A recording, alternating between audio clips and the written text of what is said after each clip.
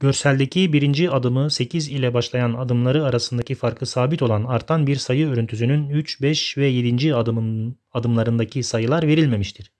Evet. Gidişat sabitmiş arkadaşlar. Buna göre 3, 5, 7. adımlardaki sayılar sırasıyla aşağıdakilerden hangisinde verilmiştir demiş. Şimdi 8'den 17'ye artı 9 var. 17'ye 9 eklersek ne olacaktır? 26 olacaktır. 26'ya 9 eklerseniz 35, 35'e 9 eklerseniz de 44 olur. 44'e 9 ekledik 53, 53'e 9 eklersek de arkadaşlar ne olacaktır? 62 olacaktır. Şimdi sırasıyla ne oldu o zaman? 26, 44, 62. 26, 44, 62 cevabımız Adana.